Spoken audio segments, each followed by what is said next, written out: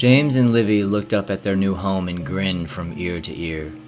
They had dreamed about this day for 2 years, ever since they were married, and now, with Livy pregnant for the first time, they finally had a proper place to build a family. "Look at that," James beamed.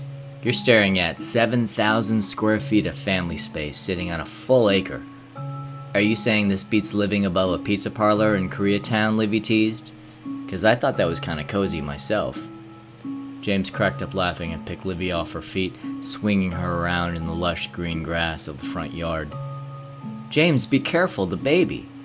Livy smacked him playfully on the shoulder as he set her down gently.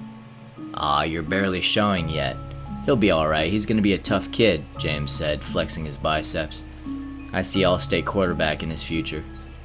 "And how do you know it's gonna be a boy?" Livy asked, rubbing her belly. "Just a feeling," James said, smiling and rubbing the area over his heart. "I'm good with these things, just like I knew I was gonna marry you the first time I saw you on campus." James and Livy had met during their college days at Syracuse, and Livy followed him to Manhattan as he went to medical school at NYU. It was always his dream to practice in a small town where he could get to know his patients on a personal level. So after graduation, they decided to settle in Selby, Massachusetts, one of the oldest and smallest towns in New England. Population, 15,000 residents. "Come on, let's go inside," James said excitedly, tossing the keys up in the air and then snatching them in his palms. "I've been waiting for this day for a long time. I finally feel like an adult." He grabbed Livy's hand and they ran up the massive front porch that nearly wrapped around the entire house. But as James stepped on one of the wooden stairs, it gave out and his foot nearly went completely through. "Oh my God," James shrieked. "Rotten wood, I guess. We have to get that fixed before somebody hurts themselves." "Be careful, James," Livy implored, sidestepping the newly made hole on the stairs. "Wrecking our new house already," she teased. The Victorian mansion, and it was a mansion, was hardly new. Built in 1841, it was the largest and most extravagant home in Selby, but it had been unoccupied for decades, finally becoming property of the state of Massachusetts. The mansion stood on more than an acre of land southwest of the town itself, isolated from the other residents. The state was going to tear it down completely, make a recreational area, until James and Livy won the home at auction. They were the only bidders. Nevertheless, they considered themselves extremely lucky, considering the exceedingly low price at which they were able to buy the home. "Do you know how lucky we are, my love?" James gushed.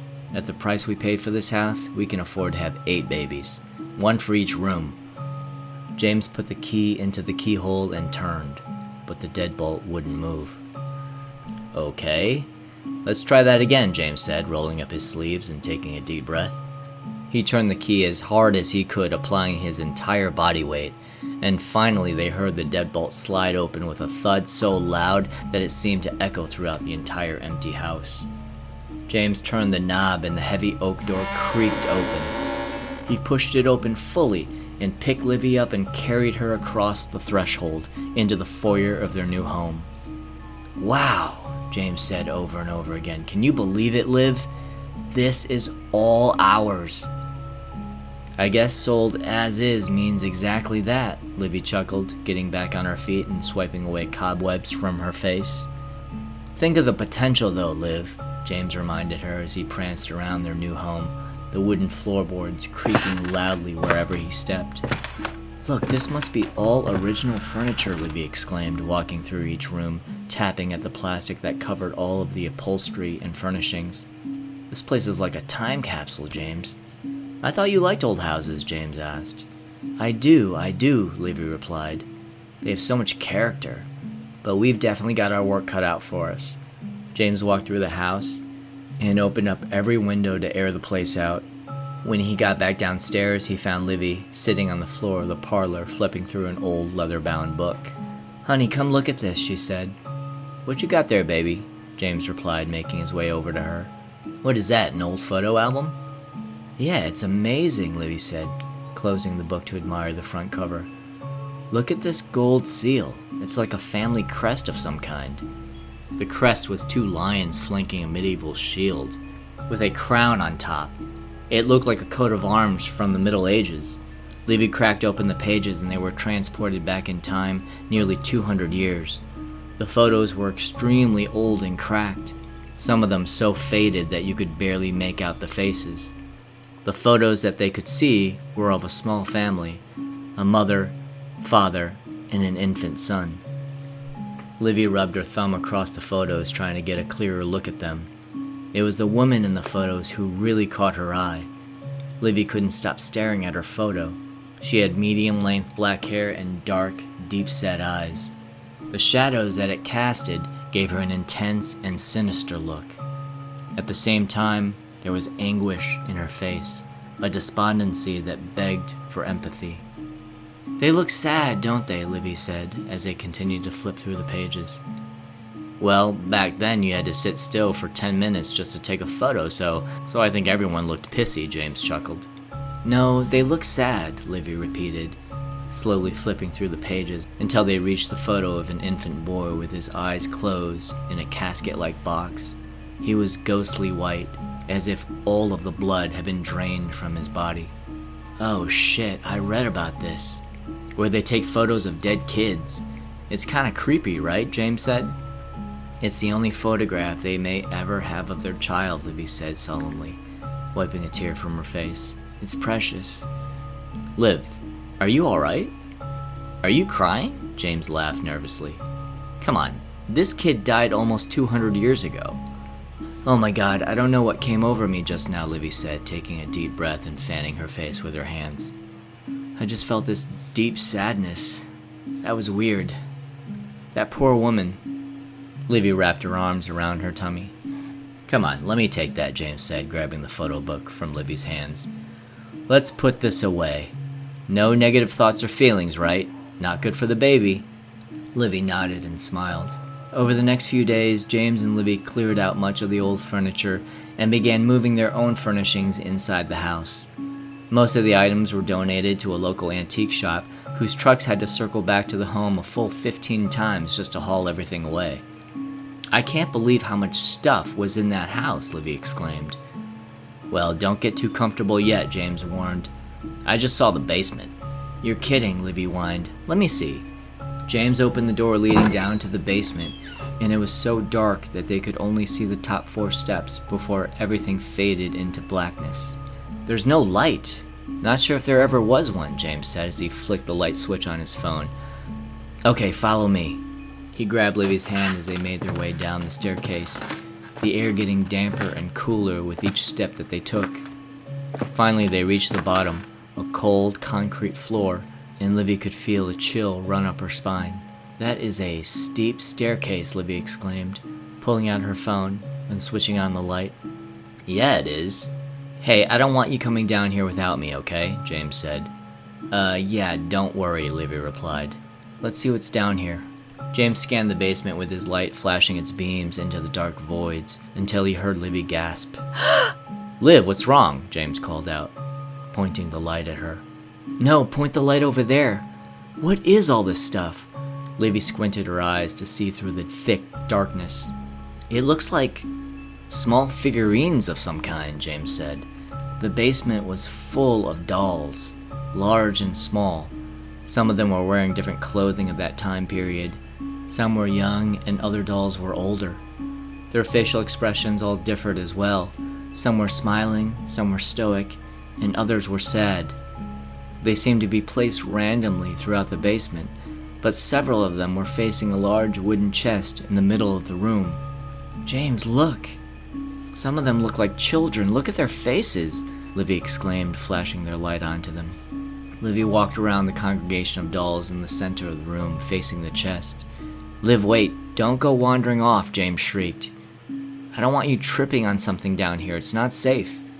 "Oh, James, you're acting like I'm 9 months pregnant," Livy ridiculed him. "I'm fine." She kneeled down and leaned her back against the chest, which had the same gold family emblem as the photo album she saw before. "What's in the chest?" James asked impatiently. "And why are they all staring at it?" Livy turned around and tried the latch. It wouldn't budge. "Let me try," James said. "It probably hasn't been opened in 200 years, probably just stuck." He groaned and grimaced, putting all of his weight into it. Here, hold my phone, he said, handing it to Livy. He leaned into it again, trying with all of his might to pry it open. No luck. That fucking thing is glued shut. We're gonna have to cut it open, James said, falling back onto the cold, hard basement floor. It's really heavy, Livy said, trying to push it. I wonder what's in it. Just then, a loud thud could be heard in one of the dark corners of the basement, along with what sounded like a woman's distant voice, whispering unintelligibly. What was that? Livy shrieked. Did you hear that? Sounds like something fell, James replied, shining his light in the direction of the sound. No, after that, Livy said. I heard a voice. What? Baby, I think maybe the dust and asbestos down here is making you hear things, James teased. This basement gives me the creeps, Livy said. Can we go back upstairs? Yeah, good call, James agreed, popping up to his feet and helping Livy up. Let's get out of here. As they lay in bed that evening, Livy's mind wandered back to what happened in the basement earlier in the day. It annoyed her that James did not hear the voice that she had heard. Did she imagine it? Was pregnancy making her crazy? She had read about the influx of hormones that can lead to mood swings, anxiety, and erratic behavior in some women. But she felt fine. No, she wasn't crazy. She had heard a voice down there, and it was real. Honey, she said, looking over to him as he looked over some patient files. I'm sorry, honey, I know we agreed on no work in bed, but I'm just trying to review these files for my first day tomorrow, he said apologetically. I want to make a good impression on these patients. Big city doctor and all, he smiled. You're gonna do great tomorrow, James, she said, giving him a kiss on the cheek. You're a great doctor, and the folks in this town are going to love you. That's not what I wanted to talk about, though. James put his papers down on the nightstand. Oh, well, what's wrong, Liv? I can't stop thinking about what happened this afternoon in the basement, she said. Yeah, we really need to install some lighting down there and have some workers come in to clean it up.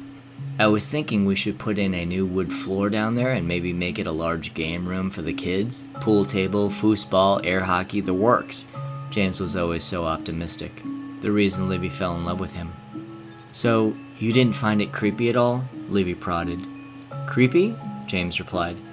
Yeah, James, the dolls everywhere, the noises, Livy said anxiously. Oh, come on now. Yeah, the dolls are a little weird, but, we'll just toss them out. And I didn't hear any noises. I mean, I heard something fall, but that was probably just a book or something falling off a shelf, James reasoned. I didn't see any books down there or shelves, Livy said.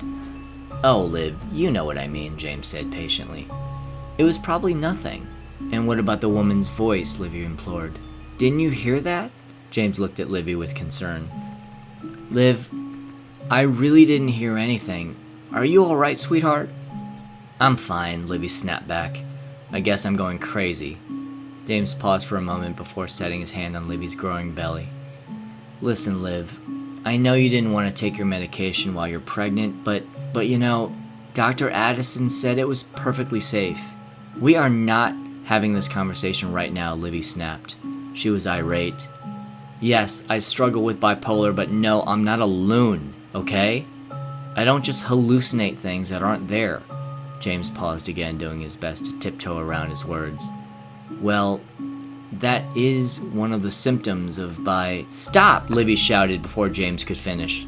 We are not having this conversation right now. I'm not putting that poison into my body while I'm pregnant, and that's final. It's not poison, it's medicine, James responded sheepishly. Livy glared at him before plopping down on her pillow, facing the opposite direction. She woke up in the dark several hours later. James had let her go to sleep angry, something that they had promised never to do at the beginning of their marriage. But after a couple of years, it was becoming more frequent. Maybe he just got tired of fighting, which she could understand. She knew she wasn't the easiest person in the world to deal with. She slid her leg across the bed and felt the warmth of his body, which made her feel better.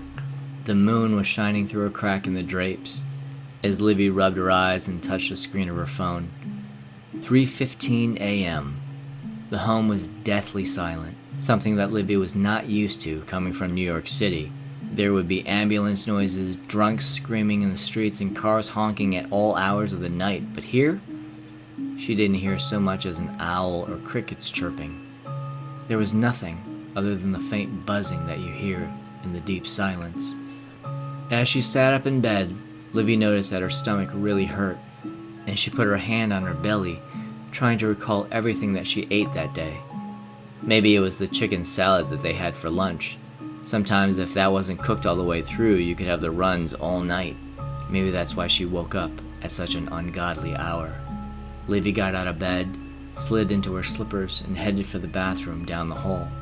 Also something that she wasn't used to. Private master bathrooms didn't become a thing until the 20th century. She cracked open the bedroom door and peeked her head out into the blackness of the hallway. Like the basement, she could barely see a foot in front of her face. She tapped the light on her phone and pointed it down the corridor, slowly making her way to the bathroom, the floorboards cracking loudly beneath her feet with every step. Livy scurried the last few feet to the bathroom and quickly flicked on the light and exhaled in relief. She closed the bathroom door halfway and sat on the toilet, rubbing her tummy. Fuck, I knew the chicken was undercooked, she said to herself. She started to scroll through her social media when suddenly, she heard it again through the half-open bathroom door. A woman's voice whispering something unintelligibly. It was very faint, and Livy couldn't tell if it was coming from the second floor where she was, or from down below. I wish James was awake right now, she said to herself. I knew I wasn't crazy. That voice is real. Livy wiped herself off and poked her head out of the bathroom into the dark hallway. The whispering continued, and she could tell that it was coming from downstairs. She walked to the edge of the staircase and shined her phone light down into the void. Hello? She said, her voice cracking. Who's there? Show yourself! No answer, but the whispering continued, growing louder. She looked across her shoulder at their bedroom, which had never seemed more inviting, and then she looked back down the staircase. She put her foot down onto the first step, and then the second, and the third, until she was halfway down the stairs, as if lured by a siren. She flipped on as many lights as she could and looked around. The home was empty except for her and James.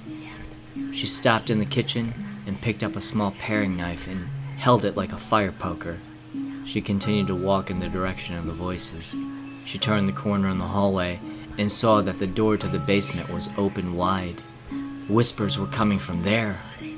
Livy walked towards the open door as they grew louder, and she could see a warm, flickering light emanating from the basement. Hello? Who's down there? She called out sheepishly. I have a knife! The whispers continued, and Livy felt an undeniable urge to continue down the stairs to the basement, as if something was calling out to her. She clutched the paring knife tightly in one fist and held her phone light in the other as she slowly made her way down towards the basement. With each step, she could see more of her breath in the air. It was cold, the kind of cold that chilled the marrow in your bones. Livy clenched her teeth to keep it from chattering, and she tightened her robe, putting one foot in front of the other until she reached the bottom. She looked around, and the entire basement was lit with oil lamps on the walls, as if she had gone back in time, and the whispering had stopped. There was nothing but an eerie silence and the gentle flickering of the flames. How the fuck? Livy said under her breath. She looked around and saw that all of the dolls were facing her. Even the ones that were facing the large chest in the center of the room earlier were now looking right at her. Then, Livy gasped audibly and put her hand over her mouth in disbelief. She shook her head in denial. Someone had opened the chest. There it was, wide open in the center of the room. No, she whimpered. This can't be happening. Just then, she heard the basement door slam shut behind her, and the unintelligible whispering started again. It was coming from the direction of the chest. She walked towards it cautiously, the childlike dolls probing her every move. The whispers got louder as she got closer to the chest. There was something in there that was aglow. What could it be? She didn't look. She knelt down and just reached her hand into the chest and pulled out another old leather-bound book. What is this? She said to herself, sitting on the floor. She tried to open it, but the binding was so stiff that she couldn't at first. It was as if the book had not been opened in almost 200 years. She massaged the spine of the book and tried again, until finally it cracked open. Livy flipped through the pages and read, June 4th, 1841. My family home carries no meaning for me now, for what is a home without a family? I am forlorn with grief, crippled with despair that my one and only, my dearest baby boy Thomas, has died in my arms, just yesterday morn, succumbed to the typhoid fever. I have wrapped him in the blue blanket he was born in, and I leave my bed only to howl in agony like a wild animal, bellowing at the moon. Livy kept reading. The entries were short and sporadic. July 7th, 1841. Husband is concerned. I spend most of the day in bed, wailing, clutching baby Thomas. I do not eat. I do not see anyone. I need only what I have. August 14th, 1841. The weather is hotter than it has ever been, and husband says baby Thomas must be buried. Then I say, bury me as well. I will not have it. The bedroom door has been locked for days. I will not allow anyone in, neither husband nor Dr. Haney. She flipped through the pages and saw that most of the journal was blank. The final entry came in late December of that year. December 21st, 1841. I celebrate the joyous season of Christ with my dearest husband and our baby boy Thomas. 'Tis the season of life eternal. What the hell? Livy said to herself. Eternal life? Just then she heard a loud crash in one of the dark corners of the basement, as if something heavy like a crate had fallen to the ground. She quickly turned and shined her phone light in that direction, but she saw nothing. She panned back, and that's when she saw it, levitating in front of her. The woman that she saw in the old photo album. Livy looked up and fell back onto her backside, her mouth agape, too startled to scream. She shined her light upwards at the woman, who had dark medium-length hair, black sunken eyes, and a black dress that went down to her ankles. Her face was expressionless and her eyes lifeless. She seemed to have a small wound on the side of her head, where part of her hair was shaved down. The woman stared down at Livy and reached with both arms towards her. Come, it said slowly. Come. Livy let out a blood-curdling scream, jumped to her feet and exploded toward the stairs, tripping over the first step. She got up quickly and ran up the stairs as fast as she could, slamming the basement door behind her. Liv! James shouted from the top of the staircase. Are you all right? What happened? What is that noise? He ran down to the second floor as Livy collapsed into his arms. I saw her, she screamed. I saw her. Who did you see? James asked, hugging her tightly. There's no one here, Liv. The house is empty. No, I saw her. The woman in the photo album, Livy shrieked. Livy, you're scaring me, James said. You did not see that woman. That woman has been dead for a long time, Liv. Listen to yourself. What's gotten into you? I don't know, James, Livy said, sobbing. But someone's down there. Maybe we should call Dr. Addison, James suggested. I'm not crazy, James, Livy said calmly. I don't need a shrink. I know what I saw. Okay, James said, holding her tightly and kissing the top of her head. Let me go down there and take a look. Just make sure nobody's in the house, okay? Why don't you go upstairs and get some rest? Livy shook her head. I'm staying right here, she insisted. Okay, James nodded. Here I go. He turned on his phone light and walked slowly down the stairs. You know, the first thing we need to do is get some damn lights down here, he exclaimed, brushing away cobwebs as he descended. Yeah, that would be good, Livy said sheepishly, her eyes following him down until he disappeared completely into the darkness, leaving a trail of faint light. Several minutes passed before Livy heard footsteps again on the staircase as James made his way back up. Well? Livy asked anxiously. Liv, there's nothing down there. Nothing is different from how we left it last time, James said, walking back up. What do you mean? Livy said, exasperated. You didn't see the chest was open? You didn't see that all the dolls had moved? What? No, Liv. Nothing's moved down there at all, James said. I tried the chest again and it didn't open this time either. You didn't see the oil lamps on the wall? Livy started to break down in tears. Livy! James put his hand around his wife's shoulders and brought her into him. You're tired, you're stressed out, you're pregnant, you're in a brand new place and a new house. There's a lot to deal with, honey. Come on, we have to get you back to bed. You just need some rest. You'll feel a lot better tomorrow. What about the diary? Livy asked. There's an old journal that belonged to the woman. I was reading it.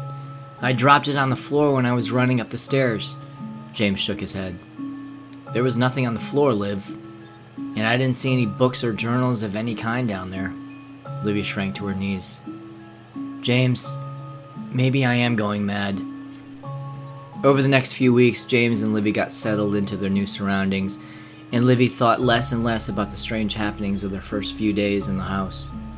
They slowly began to integrate themselves into the community and even prepared to host a housewarming party for their neighbors. Honey, James called out as he entered the front door. I'm home early from work. I wanted to give you a hand. I know you got a lot going on. Didn't want you to get overwhelmed with the party tonight. He walked into the kitchen and gave Livy a kiss on the lips, handed her a rose, and rubbed her growing belly. How's my little man doing in there? He cooed at her belly.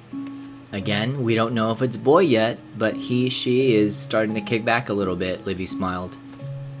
It's a boy, I just know it, James assured her as Livy shrugged and smiled. Anyway, what can I do to help, my darling? You could set the table, she suggested. Their guests began to arrive a short while later as James and Livy put the finishing touches on the hors d'oeuvres and refreshments. It turned out to be a very intimate gathering of just a handful of invitees. There was Dr. Yamamoto, who worked with James at the hospital, and his wife. Dr. Lionfeld, the only psychiatrist in town, and his wife, and Amy Strauss, one of the nurses who was also new to the area, all the way from Los Angeles. Of the townsfolk, only 2 families attended. The Masons, a middle-aged couple whose families grew up in the area, and the Daltons, Frederick and Agnes, an old retired couple. They didn't know much about the Daltons, other than that they had found out about the gathering from Livy's invitation post in the town hall website and had RSVP'd online. Livy was hoping for more of a turnout, but she would make do and put on her happy host face. Olivia, these crab cakes are just divine, said Mrs. Lionfeld. Oh, agreed, and what is this sauce? Asked Donald Mason. I'm glad you like it. It's my mother's recipe with homemade horseradish sauce, Livy said cheerfully. James, this is such a lovely old home, said Dr. Yamamoto. I wasn't very familiar with this part of town at all. Yeah, that's why we love it so much. It's so tucked away, James beamed. Can I get anyone more wine? Oh, no, everyone said in near unison, their glasses still mostly full. You know, when Donald and I were growing up, we heard a lot of stories about this house, Mildred Mason chimed in. Oh, so you and Donald both grew up here? Livy asked. Yes, well, technically I grew up in Hartford, which is a few miles away. But the towns were so small that we shared a high school. That's how Donald and I met, Mildred explained. Oh, that is just adorable and so sweet, Livy said, everyone nodding in agreement and sipping from their glasses.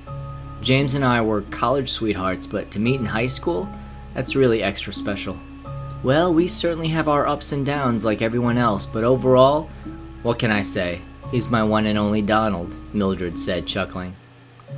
But, as I was saying, when we were growing up, there were a lot of stories about this house.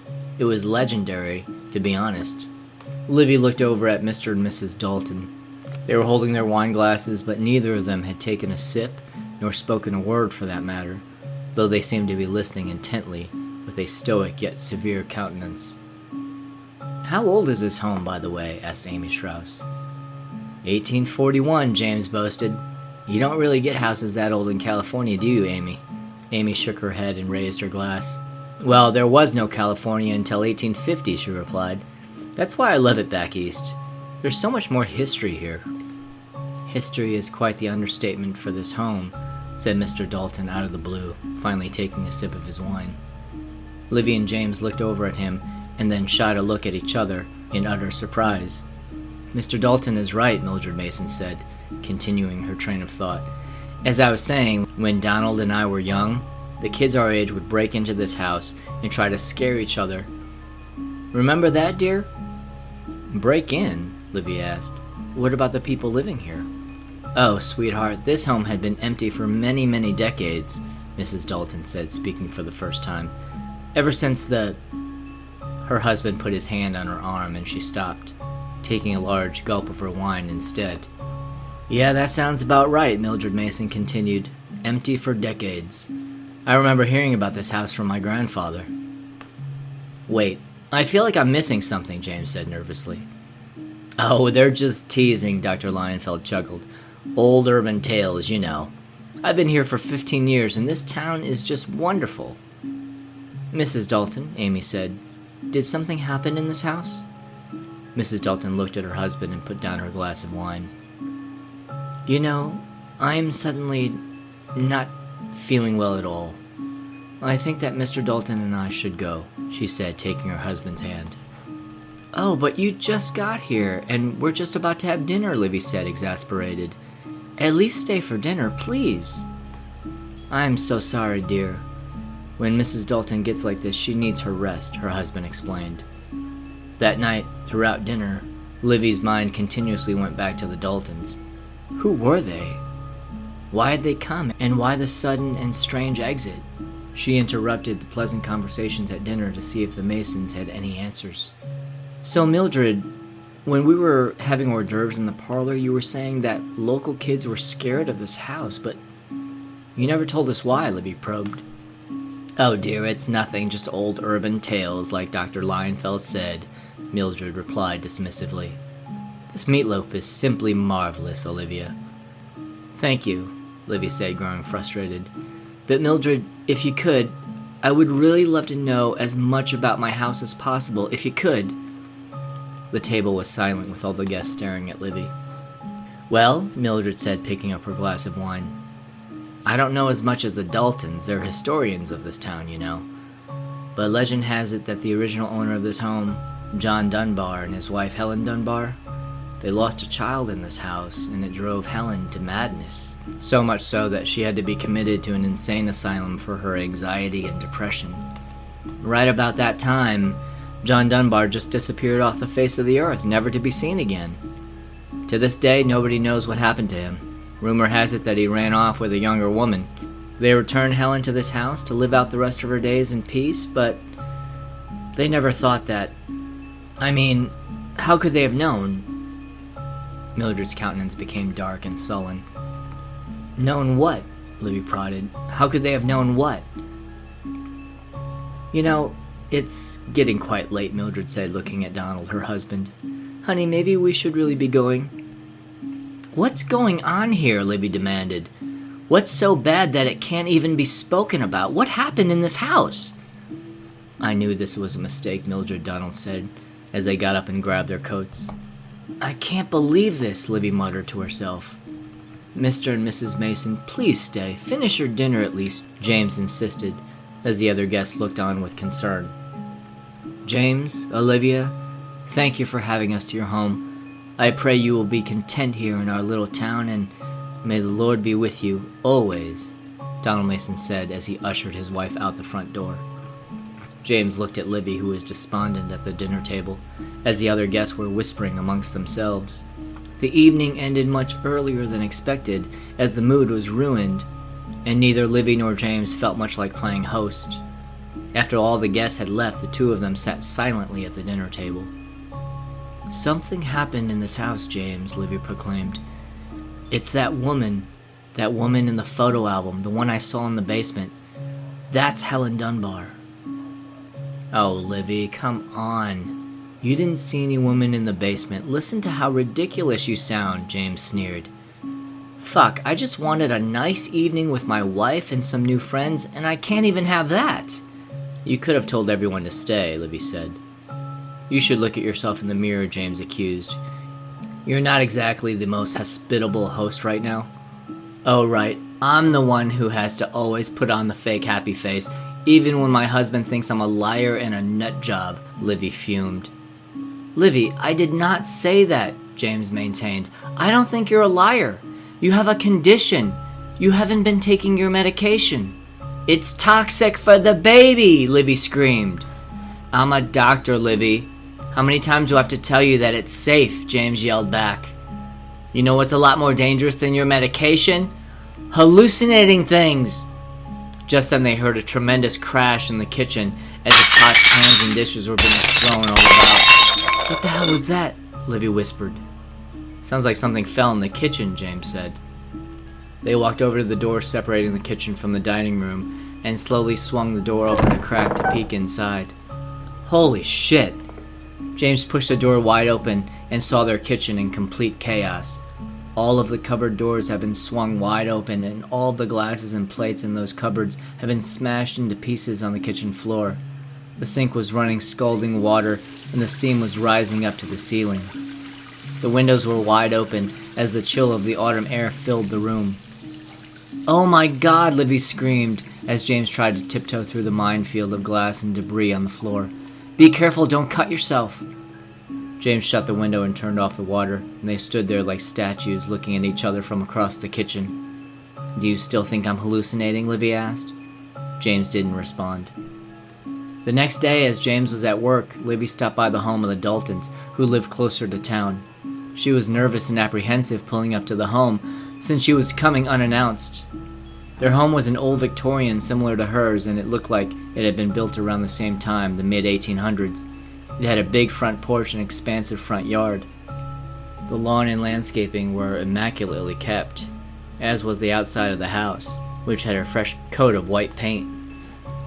Livy had baked an apple pie for the Daltons that she'd brought with her as she climbed up the stairs of the front porch and knocked on the door. No answer. She stood there silently thinking about her next move. Should she walk around the house to see if they were in the backyard? Then, thankfully, the door creaked open, and Mrs. Dalton peeked out from behind the door. Mrs. Dalton, Livy exclaimed. I'm so glad that you're home. I tried to email you. I didn't know how else to contact you. Olivia, what a surprise, she said, swinging the door fully open. Mrs. Dalton actually looked pleasant and relaxed, very different from the previous evening where both she and her husband seemed tense and on edge. Agnes, who's at the door? Mr. Dalton asked from the back of the house. Olivia from last night, Mrs. Dalton yelled back. Oh, I baked this pie for you and Mr. Dalton since you weren't able to stay for dessert, Livy said, offering up the pie with both hands. Thank you, dear. That's very sweet of you. Would you like to come in? Mrs. Dalton asked. Sure, Livy stammered, even though she was hoping to be invited in. This is a really lovely home you have here. It must cost a fortune just to keep up the landscaping. Hello, Olivia. Mr. Dalton slowly walked towards the front of the house, his cane click-clapping with each step. Look, Frederick, she brought us some pie, the sweet girl, Mrs. Dalton said, holding it up to his face. Oh, how lovely. Smells wonderful. Why don't we all go into the kitchen and try some? Mr. Dalton smiled pleasantly. It was incredible to Livy how different they both seemed in their own element at their own house. Mrs. Dalton laid out 3 plates and forks on the kitchen table as Livy cut 3 generous pieces of the apple pie, her mother's family recipe. I sure do love good homemade apple pie, Mr. Dalton said, savoring each forkful. Mrs. Dalton, on the other hand, slowly picked at her slice. I don't think the pie is the actual reason you stopped by, is it? She asked. How did you find out where we lived? It's a really small town, Livy smiled coyly. That it is, Mrs. Dalton said, still jabbing at her pie with her fork. But you're right, this is more than a social visit, Livy admitted. Both you and the Mason said some things last night that James and I were concerned about and disturbed by, to say the least.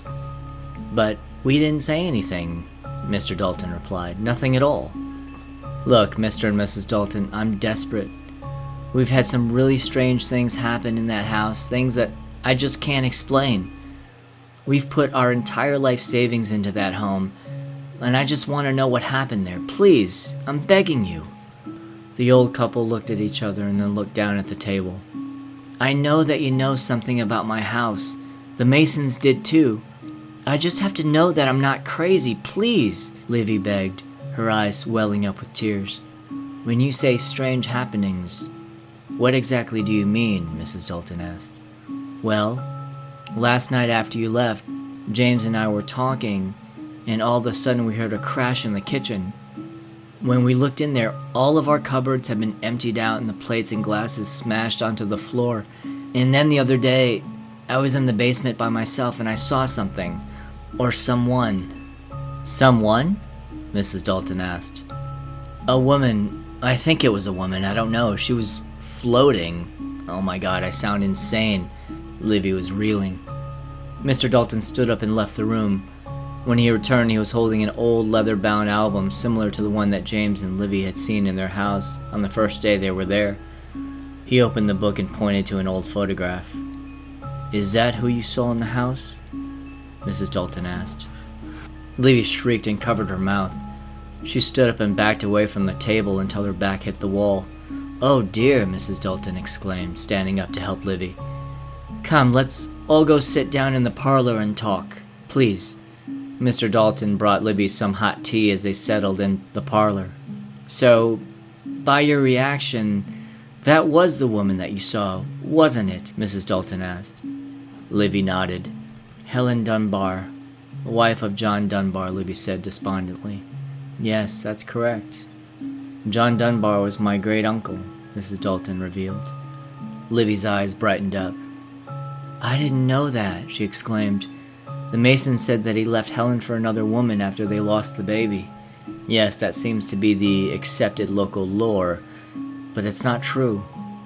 The truth is, we still don't know where John's remains are to this day. Not for sure, anyway, Mrs. Dalton explained. He disappeared near Christmas long ago and was never heard from again, but my family and I have our suspicions. Mrs. Dalton was cryptic and intense. Her deep wrinkles looked like tiny ravines running throughout her face. What do you think happened to him? Livy asked. Well, Olivia, my family and I believe that John never left that home, and his remains are still on your property to this very day, Mrs. Dalton responded. What? Well, that's absurd, Livy rebuked. How do you know he didn't run off with a mistress? Because Helen Dunbar was originally Helen Selby. That's right. Her family were the original founders of this town. She had money and influence, and my great-uncle had ambitions, political ambitions. He grew up poor, so you see, it would make no sense for him to leave her and disappear with some mistress. No, that didn't happen. Then what happened? Livy asked. Even before they met and had a baby, Helen Selby was a very disturbed young woman. But she was protected by the wealth and power of her family, Mrs. Dalton began. She dabbled casually in witchcraft, and she suffered from what we might today call schizophrenia. She saw things that weren't there, and she had a very difficult time dealing with her emotions. So when that baby died, it was more than her frail mind could handle, and she lost her grasp of reality. From what I understand through written records, she locked herself in the master bedroom for nearly 6 months, barely eating, urinating and defecating in her bed, and holding on to that baby until it was nothing but a pile of decomposing bones. Finally, my great-uncle sent her away to a mental asylum so that she could get better. But in the mid-1800s, the treatment for schizophrenia included lobotomies. They drilled a hole in her head, Livy whispered, rubbing her skull, as if she were Helen. I saw it. I saw the wound on her head. For most people, a lobotomy would mollify them, pacify them, Mrs. Dalton continued. But with Helen, it had the opposite effect. She became erratic and violent. She became paranoid that everything she loved would eventually leave her, just like the baby had when it died. My family and I believe that she murdered my great-uncle, because in her mind it would make him stay forever. And in a way, she was right. Oh my God, Livy shrieked. Do you know if Helen kept a journal? The Daltons shook their heads in unison. Why do you ask? Mr. Dalton said. I found an old book with some journal entries in it. She talked about eternal life with husband and baby, Livy said. It's starting to make sense. The story gets much worse, Olivia. Much worse, Mrs. Dalton said solemnly. Worse how? Livy asked. Well, after Helen returned home from the asylum, children started going missing in this town, Mrs. Dalton explained. Missing? Livy asked. Locals at the time used to tell stories of seeing children walking towards the house late at night by themselves, as if they were under a spell of some kind. 13 children in total went missing and were never found, Mrs. Dalton explained. Livy could feel the tiny hairs on her arms stand on end. What happened to them? Livy was terrified to ask. It was never proven and their bodies were never found, but it was widely believed that Helen murdered the children in your home. What she did with their bodies, we do not know, Mrs. Dalton explained. Tears began to stream down Livy's cheeks. That's so awful, she said, but why on earth would she do that? To make them stay, naturally, Mrs. Dalton said. She had always wanted a big family. Oh my God, the dolls, Livy murmured. The dolls! You saw dolls in the home? Mr. Dalton asked. Yes, they were all over the basement, everywhere, Livy said. Helen was a doll maker. It had been her hobby since she was a girl, Mr. Dalton explained. It seems like she created the family she could never have. Eventually, the townsfolk lured Helen out of the house, took her into the forest, and burned her at the stake. They burned her like they did the witches 300 years prior in Salem. Livy couldn't stop sobbing. Why haven't you searched the home for your great-uncle's remains all these years? Livy asked. Well, the Selbys were powerful people and very wealthy. Our family was not. The family in the city protected that home for a long time. But eventually, their influence waned and the home was repossessed by the local township, where you and your husband bought it at auction, Mrs. Dalton said. And that's why you came to my house that night, Livy surmised. It's all making so much sense now. I have to go, I can't. Livy put her hand over her face and ran out of the house before the Daltons could say another word. Outside, it had begun to rain hard, and Livy just stood beside her car in the downpour for a moment, trying to digest everything that she had just learned. It was all too much. She saw the Daltons come out onto the porch. She knew what they wanted, but this wasn't about them anymore. She jumped into the car and turned the key. Baby, you're soaking wet, James shrieked as Livy walked through the door. James, we have to get out of this house right now. Livy tried to remain calm. Wait, what? What are you talking about, Livy? I just got home. It's been a long day. I've got some spaghetti and meat sauce on the stove, James laughed. Where have you been? I talked to the Daltons, she said, dripping water onto the wood floor. Just now? James asked. Yeah, listen, James. We need to get out of this house right now, she repeated. Yeah, you said that already, Liv. Listen, why don't you have a seat? Let's at least talk this through, okay? James tried to reason with her.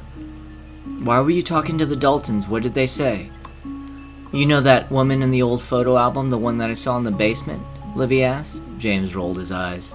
Yeah, I remember. She was levitating, James said sarcastically. Please, come here and have a seat. You gotta be starving. I don't want to sit, Livy screamed. I want you to listen to me, James. James was taken aback by her forcefulness. All right, I'm listening, he acquiesced. That woman murdered her husband in this house, Livy bellowed. The Daltons told you that? James asked. Yeah, they did. They're his relatives. That's why they came here last night. They wanted to find his remains. He sent her away to get a lobotomy, and when she came back, she became violent and unhinged. She didn't want him to leave her, so she murdered him so he could never leave her, Livy blathered uncontrollably. Then she started killing children, all the neighborhood children. She summoned them using witchcraft, and then she murdered them in this house. She made dolls of everyone she killed. Oh my God, please, James, let's go. Whoa, Liv, just hold on, slow down, take a breath. I can't even... Just then, all of the lights went out in the house. Oh shit, it must be the storm, James bemoaned, flicking on his phone light. Livy? Livy, where are you? He turned a full 360 degrees, shining his light everywhere, but no Livy. She was gone. Livy, James shouted. What the fuck, Liv? This isn't funny. James walked through the house searching for his wife. The home was deathly silent except for the droplets of heavy rain violently cracking against the shingles. Liv? This isn't funny anymore. Come on, where are you? You're scaring me, girl. He shined his phone light into every dark corner of the house but saw nothing. Then, in the hallway, he saw several faces staring back at him. Startled, he jumped backwards and dropped his phone. "Fuck!" he yelled. Quickly, he picked his phone back up and shined his light in the direction of the faces. It was the dolls that he saw in the basement. A handful of them. Someone had brought them up the stairs. Then he noticed that the door to the basement was open and a glow of light was coming from it. "Why is the basement door open?" he thought to himself. He walked up to the edge of the stairs and pointed his light downward. "Livy, are you down there?" he yelled. The glow seemed to intensify and flicker. "What the hell?" James muttered under his breath. Slowly he made his way down the stairs, each step creaking so loudly as if the wood beneath his feet could snap at any moment, sending him tumbling into oblivion. "Livy, are you down here?" he repeated. And again, no answer. James reached the bottom of the stairs and let out an audible gasp. The light was coming from dozens of candles on the floor, encircling the wooden chest, whose lid was fully open. James looked around, but there was nobody else down there. "Hello? Who's down here? Show yourself now! I'm the owner of this home." "Livy, are you down here, honey?" James called out. Still no answer. He walked slowly and cautiously towards the open chest, flashing his light inside as he stood over it. "What the hell is that? Blanket?" he muttered to himself. James reached down into the chest and pulled out a small, faded, light blue blanket that felt like it had something wrapped within it. The blanket quickly unraveled, and he heard something fall to the floor like little twigs. James shined his light downward and saw the skeletal remains of a human infant. The tiny bones of the feet, legs, arms, hands, torso, and a tiny skeletal head on the cold concrete floor. Startled, James screamed, but then he gathered himself. There was something else in the chest, covered with what looked like an old red shawl. James felt it with his hand. It was round and hollow. He quickly pulled off the shawl in one fell swoop, and an adult human skull rattled around inside the chest like a pinball. Suddenly, James looked up and saw it, almost as exactly as Livy had described it, the woman he saw in the old photo album, with expressionless black features. She seemed as if she was floating 2 feet above the ground and looking at James with empty black eyes. Then he heard a loud shriek coming from behind him. He quickly turned around and saw Livy running straight at him, wielding a large kitchen knife, screaming at the top of her lungs. "Livy!" James yelled out. He went for the knife with his hands, dropping his light. Livy and James fell onto the cold, clammy concrete floor as James struggled to loosen the knife from his wife's grip. From the corner of his eyes, he could see a light coming down the stairs. "Frederick, down here!" It was Agnes Dalton. James had subdued his wife, who had dropped the knife, but in the struggle they had kicked over the candles, setting several of the dolls ablaze. "Mrs. Dalton, what are you doing here?" James yelled as he picked up his unconscious wife. Mrs. Dalton pointed the Bible that she was carrying right at the specter of the floating woman. "Helen Selby, by the power of the Father, the Son, and the Holy Spirit, I command you back to the depths of hell!" she yelled. The woman shrieked as the flames exploded, igniting the rest of the basement. "Oh my God, we have to get out of here now!" James cried out, cradling Livy's limp body in his arms and nudging Mrs. Dalton towards the stairs. They met Mr. Dalton halfway down the staircase as the four of them helped each other out of the burning basement. "Come on, we've got to get out of the house, it's on fire!" Mr. Dalton shrieked, hobbling towards the front door with his cane in one hand and pulling his wife's arm with the other. James followed closely behind, carrying Livy and trying not to inhale the thick black smoke that was engulfing the inside of the house. Just before they exited through the front door, they could hear a female voice wailing desperately in the bowels of the burning home. "Should we go back to help her?" James asked Mrs. Dalton. "She's going to die if we don't help her." "She hasn't been alive for almost 200 years, Mrs. Dalton reminded him, as they ran past the threshold of the front door and kept moving until they all collapsed into a pile on the front lawn. The screams got more and more faint until it faded completely into the cracking inferno and the pounding rain.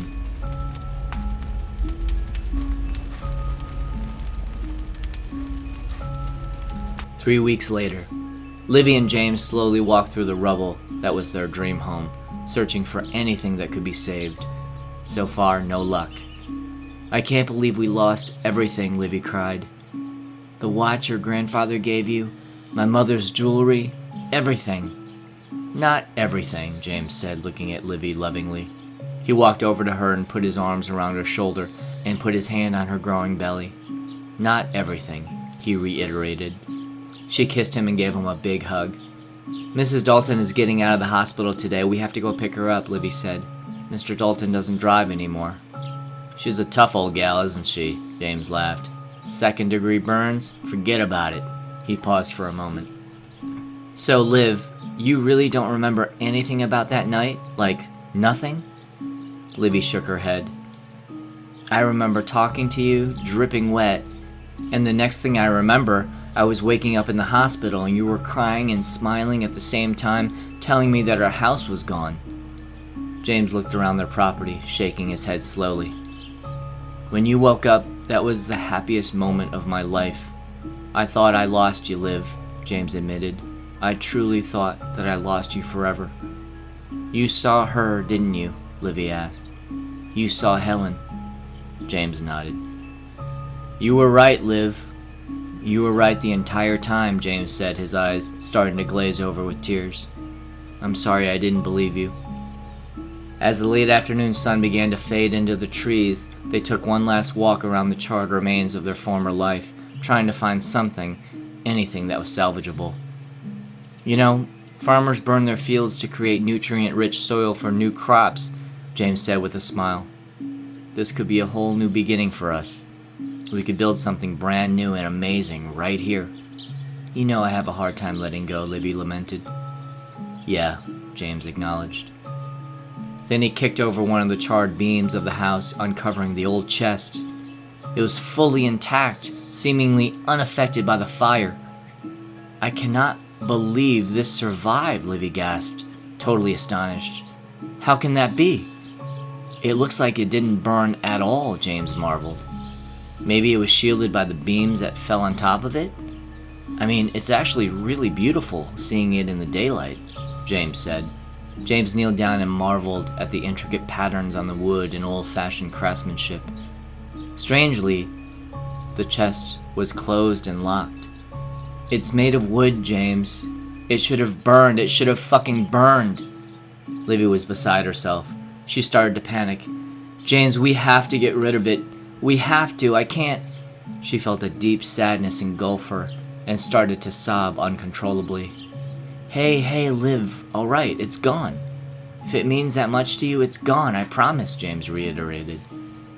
"You promise you'll get it off the property?" Livy asked. "I promise, Liv." James put his right hand in the air. They stood there for a moment, looking down at the chest. "Come on, baby, it's getting dark," James said, kissing a tear off of Livy's cheek. Livy took his hand, resting her other hand on her belly as they walked to their car. "Think of the possibilities, Liv. This is an amazing piece of land. Now it's like a blank canvas just for us," James beamed.